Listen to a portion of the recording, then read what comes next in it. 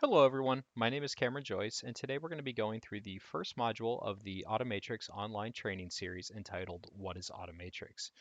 We're going to be going over the four products and the five functions of the Automatrix platform so that regardless of where you are in your Datrium journey, you can have a very solid understanding of what each of the products do, the technologies that drive them, and how they fit together to really bring value within your data center. Okay, so let's jump right in and let's talk about what is Automatrix. Automatrix is a platform that's made up of four products that do five functions to create what we refer to as a data plane. We believe that within your data center, there are five places where data lives, and if we could control all five of those, we could create a data plane to be able to effectively move data, whether it's between premises or cloud, to allow app mobility and disaster recovery to happen more efficiently and considerably easier with less management. The five functions of the Automatrix data plane are primary storage, integrated backup, blanket encryption, so encrypting your data in use, in flight, and at rest, app mobility between premise or cloud, and disaster recovery and business continuity. The four products that make up the Automatrix platform are the DVX disaggregated hyperconverged infrastructure, the Cloud DVX, which is a virtualized version of DVX that runs in Amazon's S3, Controlshift, which is a software as a service platform allowing for automation and orchestration within multiple DVX systems. And then, of course, DR as a service powered by VMC on AWS. So now that we know the four products that make up the platform and we know the functions that those products perform, let's go ahead and let's start talking about each of those products individually. And we're going to start with the DVX platform. Okay, let's talk about the DVX disaggregated hyperconverged platform. Now, the first question that many people ask when talking about DVX is what does DVX stand for? DVX stands for Distributed Virtual X. The X is kind of that open placeholder. So very similar to how ESXi stands for Elastic Sky Integrated. The X is kind of there to talk about the individual component. Now, in this module, we're not going to cover a deep dive into DVX versus traditional hyperconverged. We're not going to cover DVX versus three-tier architecture. We may reference some of the benefits here and there, but we're going to do dedicated modules on DVX versus other storage platforms at a later date. Now that we know what DVX stands for, let's talk about the individual components that actually make up the DVX architecture. So the first component is, of course, a ESXi server that's going to run not only your hypervisor, but is going to run the DVX software. The second component is the SSD that acts as the non-persistent cache. Regardless of what type of flash media you're using here, every host needs a non-persistent cache. Third component is the DVX hyperdriver. The hyperdriver is the software bundle that actually runs all of our storage functions in each of the hosts. Fourth component is network, 10, 25, or 40 gig switching, depending on what you have in your environment. And then, of course, the fifth component is the data node. Now, the data node is a piece of hardware that you do have to buy from Datrium. We'll talk about that, why it's important a little bit later, but that is component number 5. Each of these five components makes up one of three tiers. So everything related to the host, the SSDs, and the hyperdriver make up what we call the performance tier. The network obviously is the network tier, and then the data node makes up the persistence tier. Firstly, let's talk about the performance tier. And when we talk about performance tier, the first thing that we really need to cover is host selection. Most DVX customers, myself included, reuse the hosts that are already in their data center. Datrium does not have a specific HCL that we require you to pick host hardware from. We leave it truly open. That's why one of our first taglines was that we were open converged infrastructure instead of hyper converged infrastructure because we wanted you to be able to use whatever hosts made the most sense for your data center. If that meant you wanted to use blade servers, if you wanted to use rack mount servers, if you wanted to use tower servers, 1U, 2U, 4U, whatever made the most sense to you, or again, whatever you had in your data center. The limitations are that you have to be able to run ESX55 update 2 and newer up until our 5.0 firmware. And post 5.0, you've needed 6.0, update 2, and newer to be able to run. So basically, as long as your infrastructure is capable of running a current supported version of VMware without having to do the CPU flag hacks or anything like that, we can support it for Datrium. The second consideration when it comes to hosts is, of course, the CPUs. Now, because we utilize CPU to do our performance, right, our I/O services, we want you to have a pretty decent set of CPUs, but a lot of that is based around what workload you have from a storage perspective, what workload you have from a guest perspective, and we're going to do a later module just entirely on how to size for resources. So we're not going to get too much into that in here. Just know that the minimum that we need is 12 physical CPUs. So whether that is, a single proc, whether that's two 6 cores, whatever it is, we need a minimum of 12 CPUs and 10 gigs of host RAM to be able to run. Again, those are not hard reservations. Those aren't things that we are taking away from you. Those are just kind of the absolute minimums that we need to be able to install the hyperdriver. The next component is, of course, SSD. Many customers, when they are populating SSD into their existing hosts, just ask us for a recommendation. The recommendation that I usually give are the Samsung 883 DCT as of April 2020. I'm sure that will change over time as we get new drives in, but the 883s have been just a really good mixed use SATA drive that have been at a really, really good price point for the last year and a half. So that's what I've been recommending. That being said, customers are welcome to use whatever SSD that they want, with a couple caveats. The first is that it should be at least somewhat supported by your hardware vendor. I'm not suggesting that you have, if you have Dell servers, you have to go buy Dell drives. If you have Cisco servers, you actually probably should buy Cisco drives just because Cisco has interesting issues with firmwares and drive compatibility. But Dell or HP servers, we've found that you can put third-party SSDs into them and run with no issues. So you're welcome to go buy whatever SSD you want. But again, it just should be something that's supported by the manufacturer. And then secondarily, and actually in my opinion more importantly, it should be on the VMware vSAN HCL. So VMware has done a really good job of validating a lot of enterprise drives for use in vSAN and using their research to make selections for drives in your environment is always a really good plan. So once I've got that, the last thing that I need in my host for Datrium to work is I need 10 gig networking at a minimum. 25 or 40 are things that are supported, but we need at the minimum a 10 gig network interface. We do not need dedicated interfaces. I'm going to talk about that next in the networking section. But again, just be aware of what your current network workload is and what potential workload you're adding with DVX to that existing 10 gig environment to make some selections. If you do decide that you want to do turnkey solution, Datrium does have what we call compute nodes. We have a DCN and a ICN. The DCNs are Dell branded and bezeled compute nodes. So we have a OEM agreement with Dell to make those. The CN2000 series are the R630, so the 13th generation single U Dell, and then the CN2100s are the R640 or the 14th generation Dell. These are fully supported by Datrium, shipped by Datrium, come with Datrium bezels, but the nice kind of side note on these is that they do come with Pro Support Plus contracts.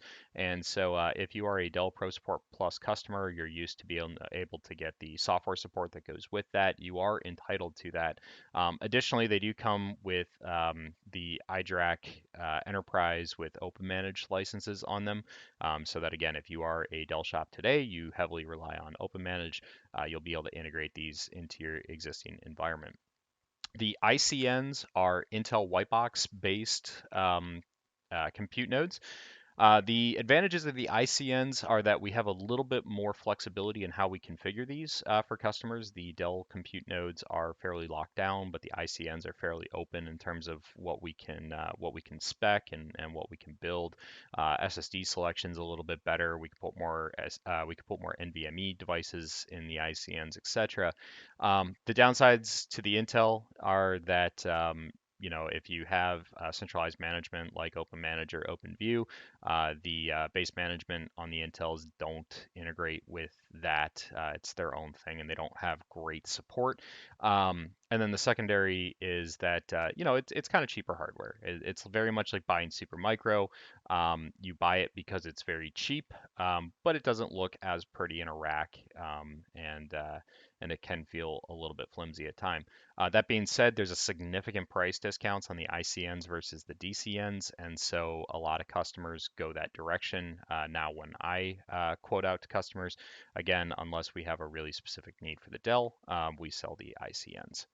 Next, we're going to talk about the networking layer, and networking for DVX is extremely simple. You need a minimum of 10 gig. 25 and 10 are what are supported on the data node, both RJ45 as well as SFP+. So regardless of what kind of interface you're running off your switch, whether that be a twin-ax, a traditional Cat6, or fiber, we can support all of it. You do need a switch between the host and the data node. There is not a way to do a direct connection from host to data node. But beyond that, you can use whatever kind of switch you want. As an example, in my lab in Sunnyvale, I run the US16 XGs from Ubiquiti, and they run great. If you just need a single VLAN switch, that's just a data mover, they work awesome.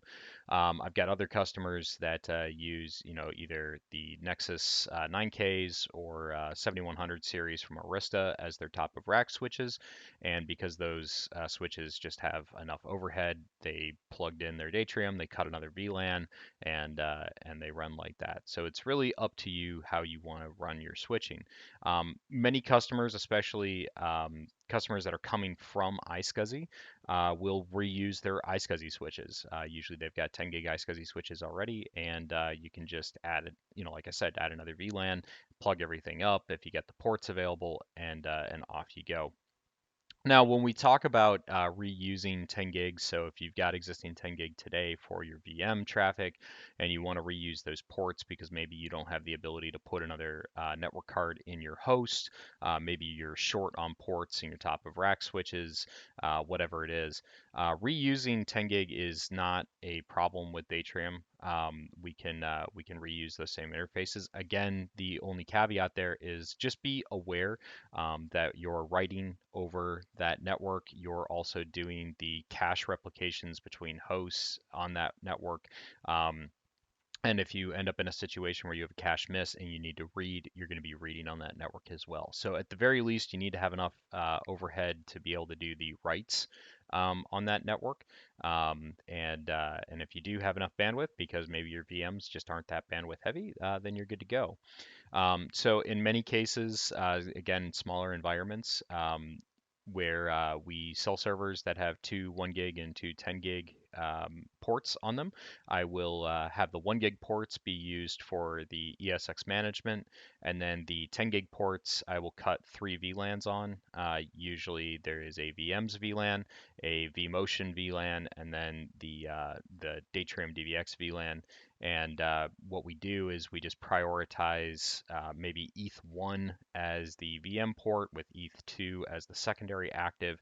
And then on the Datrium side, we flip it around. So ETH2 is the active primary and ETH1 is active secondary, so that we can traffic shape just a little bit within VMware. For larger environments, we do recommend dedicated interfaces. So if you've got really heavy writes, if you've got a lot of DRS traffic moving, again, just follow VMware best practices. But from a networking perspective, we're pretty simple. Additionally, we don't require jumbo frames. There are places where we have seen its benefit, but overall daily operation, we really just don't see that much of an increase in performance with 9K MTU. And so most of the installs that I do, we leave 9K MTU disabled. When I was running Datrium in my environment, I had it enabled, but that was because I was reusing my existing 10 gig iSCSI infrastructure for my compellant, where 9K was enabled. And so it was just easier within VMware to have everything between the Datrium and the compellant be uniform.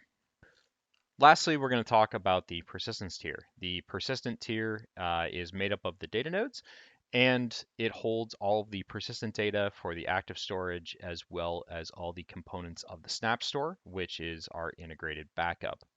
We also hold the centralized management for DVX. We hold the metabase for dedupe and erasure coding, as well as holding the key management server and the encryption keys for the local DVX cluster. So all of the things that if your hosts failed and you had to put brand new hosts on top of the data node stack and power them on from scratch, all the things you would need to be there to be able to recover that environment with no downtime are all held on the data nodes. Now, the data nodes are a piece of hardware that you do have to buy from Datrium. In fact, it is the only piece of hardware that you have to buy from Datrium. But the cool thing is that we actually don't mark up these data nodes. We sell them at cost from Seagate directly to you. Um, the only thing that you are paying for on top of that data node is our software to make everything work. So very, very nice that yes, we do require you to buy our hardware, and we do that because we need to be able to ensure that it is a 5.9 platform. We do need to have full control over it and be able to do monitoring and firmware updates and all those good things. But we don't see the value in selling proprietary hardware. We don't think you see the value in buying proprietary hardware, and so we made those as cheap as we possibly could. There are three sizes of data node. The first two are the spinning disk version, the 48 and the 120 terabyte data nodes, and those are 12 by 4 and 12 by 10 terabyte disks respectively. And then we have a 46 terabyte flash data node, which is 24 1.92 terabyte drives for 46 terabytes raw. Again, when we talk about sizing in the later module, we'll talk about why you would use a all spinning versus all flash data node. But the thing to know for the purposes of this module is that the majority of our customers, myself included, purchase the all spinning data node instead of the all flash data node because the flash is more of a niche use case. Now that we understand the components that make up the DVX architecture, let's talk about some minimums and maximums. So the absolute minimum cluster size is a single host with a single switch and a single data node. That host needs a minimum of 900 gigs of SSD to be able to run the DVX hyperdriver. And as we mentioned, it needs to have a minimum of 12 cores, 12 CPU cores, as well as at least 10 gigs of system RAM to be able to run the hyperdriver on top of whatever system RAM you need to run your VMs. The maximum that we can do is 128 hosts with 10 data nodes, and each of those 128 hosts has no limitation on how many cores it can have in it. Insane mode will use up to 40% of the cores in that host, and again, in the sizing considerations module, we'll go over more what that actually means. And each of those hosts can have either 32 usable terabytes or 16 flash devices. Um, Basically it's a whatever comes first thing. So if you have 16 10 terabyte SSDs in there, we will only use 32 terabytes of them, though we will see all 16 SSDs, and vice versa. If you've only got 4 devices, but they hit the 32 gig limit, then we're good there. More SSDs does not always mean more better. Again, something we'll talk about in the sizing considerations. From the data node perspective, again, 10 data nodes makes up the max size of the cluster, and there's two considerations there. One is if you need all the capacity, so if I need a full 1.2 petabytes raw, I would put 10 120 terabyte data nodes there. And if I needed N plus 1, or data node fault tolerance, which is the ability to fail an entire data node and continue running the cluster, I would do a 9 plus 1. So I would have 9 active capacity data nodes, and I would have 1 as fault tolerance. To enable DNFT, I need to have a minimum of 3 data nodes in my cluster. And as I add data nodes going forward, I'm able to choose whether they are fault tolerance nodes or if they are capacity nodes. Okay, so now that we understand the on-premise DHCI product, let's talk about Cloud DVX, which is our cloud-based virtualized DVX product. Uh, Cloud DVX was originally developed to be a offsite backup target for customers that had either single or dual site DVX that wanted to adhere to the 3-2-1 rule of backup, which is 3 copies of your data, 2 different media types, and 1 offsite. So having 3 copies of your data, if I have replicated site-to-site DVX, if I have S3 and on-premise DVX as my 2 media types, and my 1 copy offsite being, of course, my AWS copy, I'm able to fulfill that rule. For customers that had single site DVX, they could do single DVX replicated to 2 regions of cloud DVX, maybe one on the East Coast and one on the West Coast, and still fulfill that same 3-2-1 mentality. Cloud DVX comes in 2 flavors, so you can either decide to bring your own cloud. If you are an existing AWS customer and you just want to deploy the Cloud DVX in your own environment and manage it yourself, you're welcome to do that. We charge for the license, and then you pay Amazon for everything else. The second way that we deploy this, and the more popular by a significant amount, is our backup as a service. Backup as a service is included in the DVRX platform, but it can also be purchased as a standalone offering. So if all you need is just backup, we can sell you that capacity. And the advantages are, number one, you don't need an AWS account at all. If you're doing backup as a service, we manage the AWS account for you. It's your own private VPC. We just manage that account. We get to use our better pricing with AWS to resell that to you, so you get a slight discount on the S3 storage.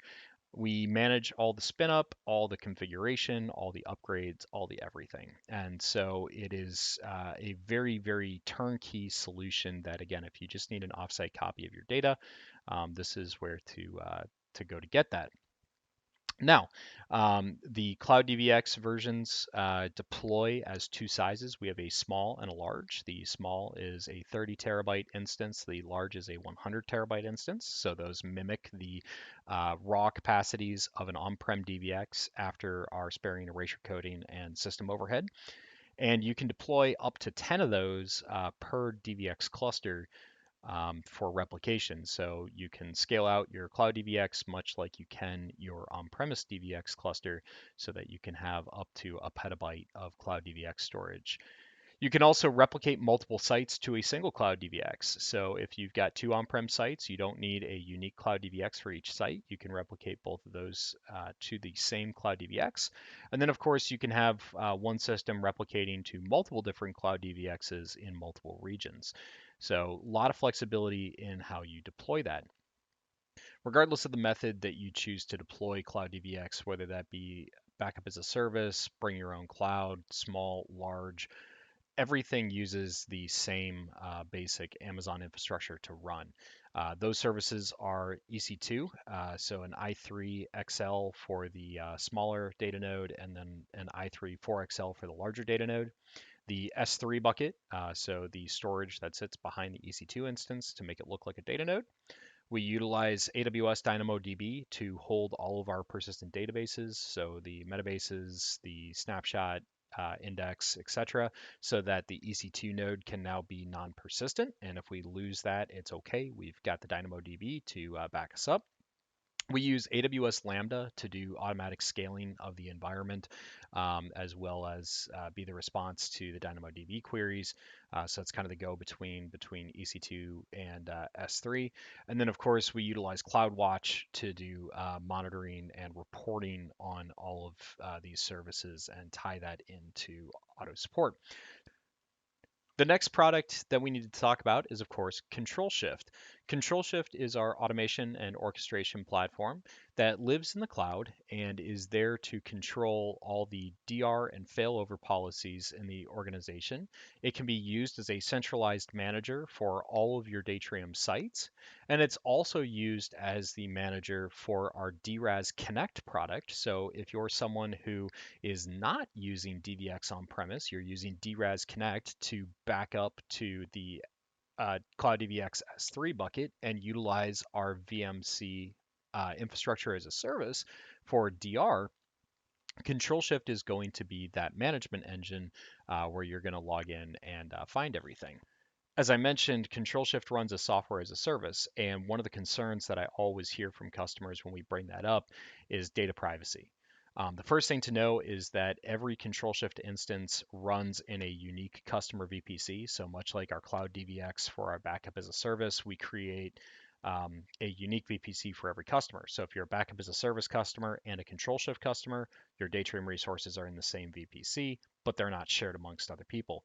Same thing if you're DRAS, again, all your resources are going to be in the same VPC, not shared amongst other people. If you're just premise to premise, single VPC, and the only thing that's deployed there is Controlshift. We're not using it as any kind of data mover proxy. We don't store on-premise user and password through it. It's all just an orchestration engine for the on-premise infrastructure. As we talk about Controlshift, we really start blurring the lines into the DRAS offering. And so I want to pivot and talk about that now because the DR as a service based on VMC is all controlled by Controlshift. So Controlshift not only is doing your orchestration premise to premise, but it's also doing the spin up of the SDDC. It's doing all of the host provisioning. It's doing the NAT rules. It's doing the firewall rules. It's doing Elastic IPs. It's doing all of that management as well as being just a DR runbook orchestrator. And so it's really important that we now kind of bring the two together and tell you how they function. Datrium DRAS powered by VMC was built out of the idea that one of the best uses for the cloud is, of course, elastic expansion of your infrastructure and only paying for things when you're using them. Utilizing the cloud as a always-on hypervisor is not the most cost-efficient thing in the world. In fact, in many cases, it's cheaper to build on-premise infrastructure. But if I'm using the cloud the way that it was intended to spin resources up, test things out, shut them down, bring them up and down as I need them for data center expansion, it can actually be extremely cost efficient and provide some real benefit.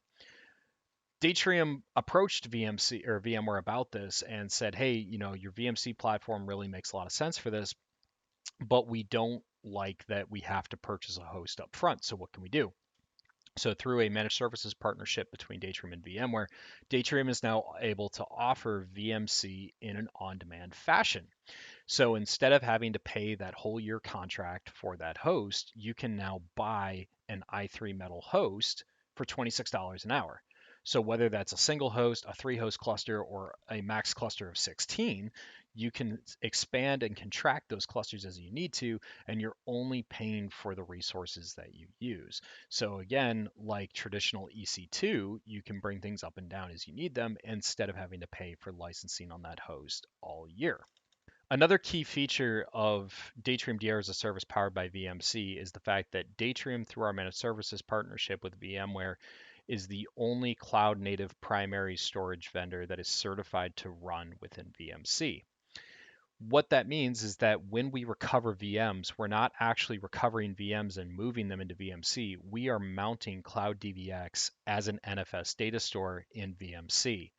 So much like an on-premise DVX presents as an NFS data store, we're doing the same thing with Cloud DVX. So you get all the same benefits of the on-premise Datrium, but in cloud native form. Now, if you're in a position where a VM needs more than 85,000 IOPS or less than 5 milliseconds average latency, you can storage vMotion those VMs into the vSAN data store and get the all NVMe performance of those i3 instances, but it's not a requirement. So that means that when you're doing things like testing, you don't have to spin up your VMs, wait for them to storage vMotion, complete your testing, shut down the environment, and pay for all that extra time. You can spin up the VMs, you can check them out, you can spin them down, you can shut down the environment and pay less money. It also means that you can split provision the storage in VMC. So one of the very difficult things that originally VMware ran into with VMC is the fact that they are limited to the amount of capacity that they can have in a single VMC cluster because of the limitations of vSAN and how many NVMe devices they had in each of those i3 instances. If I wanted to have 100 terabytes of usable data, I would have had 16 nodes in a VMC cluster. That's a lot of nodes and a ton of CPU and memory that I'm probably not using. In Datrium, I could have a 2 node cluster with remote witness and a cloud DVX and have 100 terabytes of storage, have about 10 terabytes of usable SDDC storage, so about 10 terabytes of NVMe storage, 100 terabytes of Datrium storage, and I can combine the two to have my workloads fit in there as I need them to. The last piece of the GRAS offering that again is really unique to us is this concept that I can have an all on demand or I can have a pilot light. Both allow for elastic scaling at 26 bucks per host per hour. The difference is that the on-demand SDDC is as it states, it's a new spin up of an SDDC every time. So if I'm a customer that does not want to prepay for resources, I only want to pay for what I'm using when I'm using it. I'm able to spin up a new SDDC, have it be provisioned by Controlshift, and then I can test or fail over into it as I need to. Now, the upsides are, of course, significantly less upfront cost, potentially significantly less long-term cost because I'm not paying for those base resources.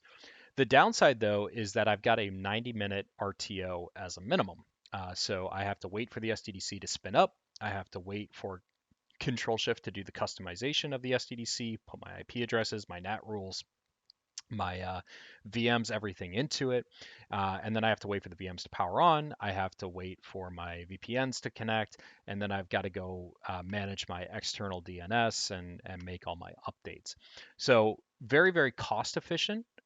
However, there is a RTO penalty and there's a little bit more management and orchestration that needs to occur during either a test or a failover into an on-demand SDDC. Pilot Light is the answer to all the limitations with on-demand. Pilot Light requires a minimum of 2 hosts, but what the advantage here is that you have always-on infrastructure. So your NFS data store is already mounted, and your VMs are ready to just be recovered and powered on instantaneously. So if you need truly zero RTO, Pilot Light is the way to do that. The secondary thing that Pilot Light allows for is the fact that because you have your infrastructure in place, I can pre-build my external DNS, I can pre-build my NAT rules, I can pre-build a lot of the access like customer-facing VPN for this environment so that I don't need to do that when I'm in the midst of a failover. The other thing that it allows me to do is data center expansion on demand. And so because I have 2 or maybe 3 hosts running all the time, I have the ability to run an Active Directory domain controller out here. I have the ability to run, some SQL servers or a file server or whatever it is I need to run out in the cloud at all times to accelerate failover. But I also have the ability between NSXT and Datrium to move both my data and my networking between on-premise and cloud so that I can swing workloads out there and I can use it as a hybrid cloud. So if I'm an organization that constantly finds myself short on maybe development resources, I can use my SDDC as a place to spin up build servers so that I can utilize that resource when it's not being used for disaster recovery and get some money back out of it. In this module, we covered the basics of the Automatrix platform. We went over the 4 products that make it up and the 5 functions of the Datrium data plane. In the next module, we'll be covering a deep dive into DVX and understanding the life cycle of the I/O, as well as the underlying integrated backup. I want to thank you for your time today, and we look forward to seeing you in the future.